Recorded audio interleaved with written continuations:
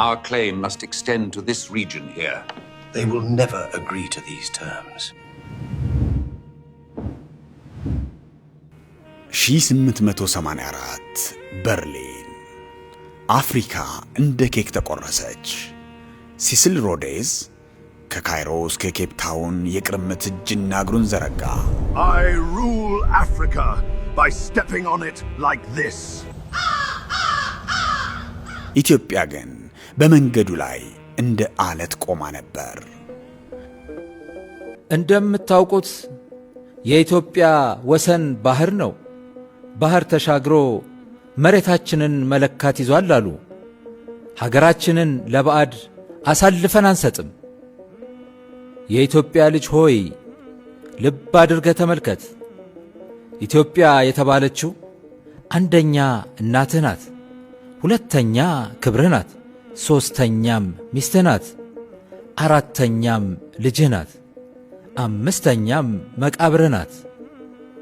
እንግዲህ የእናት ፍቅር፣ የዘውድ ክብር፣ የሚስት ደግነት፣ የልጅ ደስታ፣ የመቃብር ከባቲነት እንዲህ መሆኑን አውቀህ ተነስ።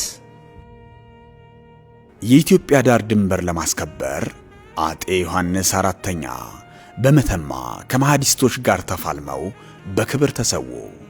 ለሰንደቋ ህልውና ብርቱ ዋጋ ተከፈለ።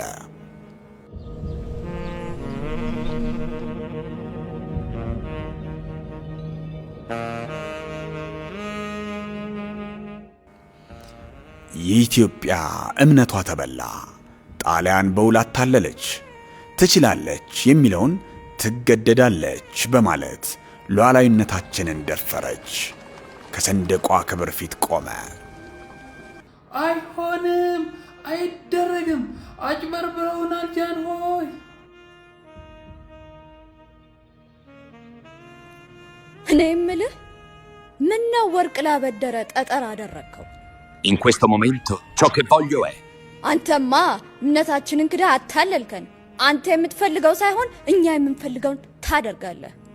Se non lo farai di tua spontanea volontà, allora sarà l'Italia a costringerti. የዛሬ ሳምንት አርገው በዚህ የሚደነግጥ የለም። እግሩን ለጠጠር ደረቱን ለጦር ሰጥቶ ሀገሩን የማያድን ሰው ከዚህ የሌለ አይምሰልህ። ለገዛ ሀገሩ መሞት ጌጥ እንጂ ሞት አይደለም። እኔ ሴት ነኝ፣ ጦርነት አልወድም።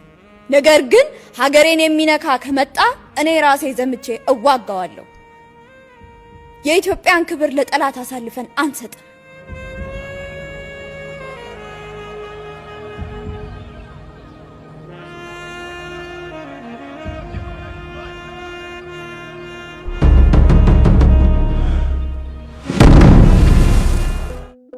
እግዚአብሔር በቸርነቱ እስካሁን ጠላት አጥፍቶ አገር አስፍቶ አኖረኝ።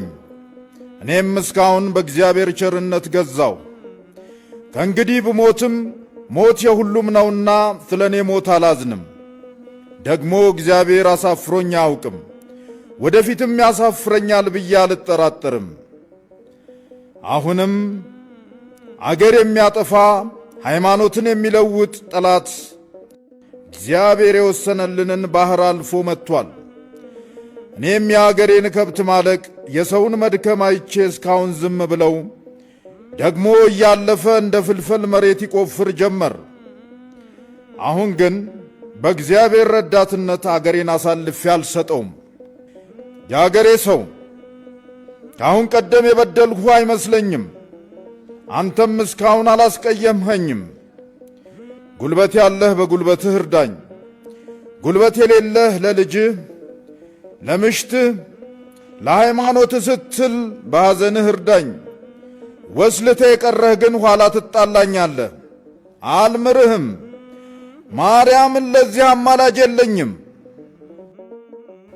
የንጉሡን ቃል ሰምቶ ከጫፍ ጫፍ ሕዝቡ ተነሣ። ባላባቱ፣ ወታደሩ፣ ገበሬው፣ ሴትና ወንዱ ተመሙ።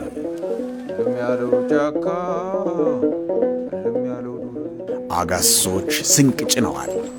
የጦር ጀነራሎች እንደ አንድ ልብ መከሩ። ሲነጋገር ያድራል ከመውዜሩ ጋር ሸበለው ኧረ ቸበለው ወረ ቸበለው ቸበለው ወረ ቸበለው ቸበለው የወንድ ልጅና ወታጠቂ በገመድ ቸበለው ልሽና ሙራንጃይህ ቀብረው ዘመድ ቸበለው ወረ ቸበለው ወረ ቸበለው ቸበለው አለ ቸበለው ቸበለው ምኒልክ ተጉዞ የምትጠይቁኝ ቸበለው ፊትም አላለፈ ኋላም አይገኝ ቸበለው እቴጌ ጣይቱ እቴጌ ብርሃን። አፍሪካን ለመቀራመት የተዘረጋው እጅ ኢትዮጵያ ላይ ሲደርስ መዛል ጀመረ። ኢትዮጵያ የምትታይ እንጂ የምትቀመስ ኬክ መሆን አልቻለችም። ጠላት ይፎክራል፣ እንደ ፍልፈል ዳር ድንበር ይጥሳል። ሲበቃ ግን ይበቃልና ኢትዮጵያዊ ሁሉ ከተት አለ። ጣሊያኖች ምሽጋቸውን ውሃ ያለበት አካባቢ መስርተው ነበር። ጣይቱ ግን የውሃውን መስመር በመዝጋት ጠላትን ከምሽጉ አስወጣቸው። የውስጥ አርበኞች እንደ ባሻ አውሎም ያሉ ጀግኖች ጣሊያንን በማሳሳት ወደ አድዋ ተራሮች መሩት።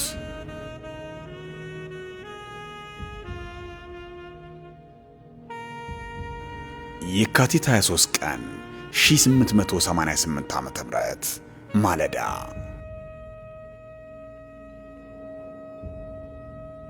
ሰማዩ በጭስ ተሸፈነ።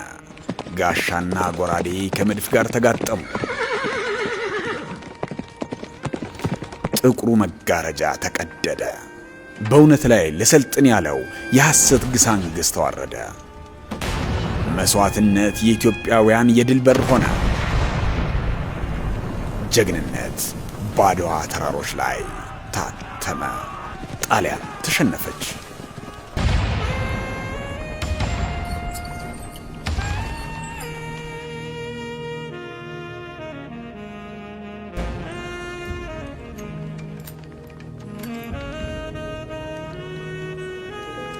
ቸበለው ለቆሰለው ጀግና አንኳ ስታደል ቸበለው እንዲህ ተሰርቶ ነው ያድዋው ድል።